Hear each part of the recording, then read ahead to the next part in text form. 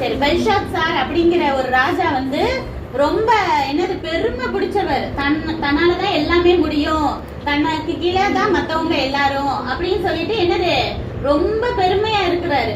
அப்போ என்ன செய்யறாங்க, ஒரு நாள் வந்து 1000 பேருக்கு வந்து ட்ரீட் கொடுக்கறாரு, பெரிய விருந்து வைக்கிறாரு. அப்ப பெருமை பிடிச்சவங்க என்ன செய்வாங்க, நிறைய விதவிதமா சாப்பாடு, அந்த அரண்மனை ஃபுல்லா பயங்கரமா டெக்கரேஷன் பண்ணிருக்காங்க, நான் எப்படிப்பட்டவன் தெரியணும் அப்படின்னு சொல்லிட்டு ரொம்ப ஆடம்பரமா என்ன செஞ்சிட்டு இருக்காரு, விருந்து பண்றாரு 1000 பேருக்கு.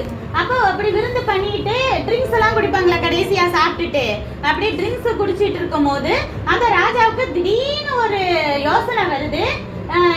இப்ப சொன்ன இஸ்ரேல் தேசத்துல இருந்து அடிமைப்படுத்தி கொண்டுட்டு போயிருப்பாங்க இல்லையா, அந்த மக்களோட என்னதெல்லாம் கொண்டு போயிருப்பாங்கன்னா அந்த எருசலேம் தேசத்துல இருந்த நம்மளுடைய ஆலயம்னா சர்ச்சில் இருந்த பொருட்களை எல்லாம் என்ன செஞ்சிருப்பாங்க,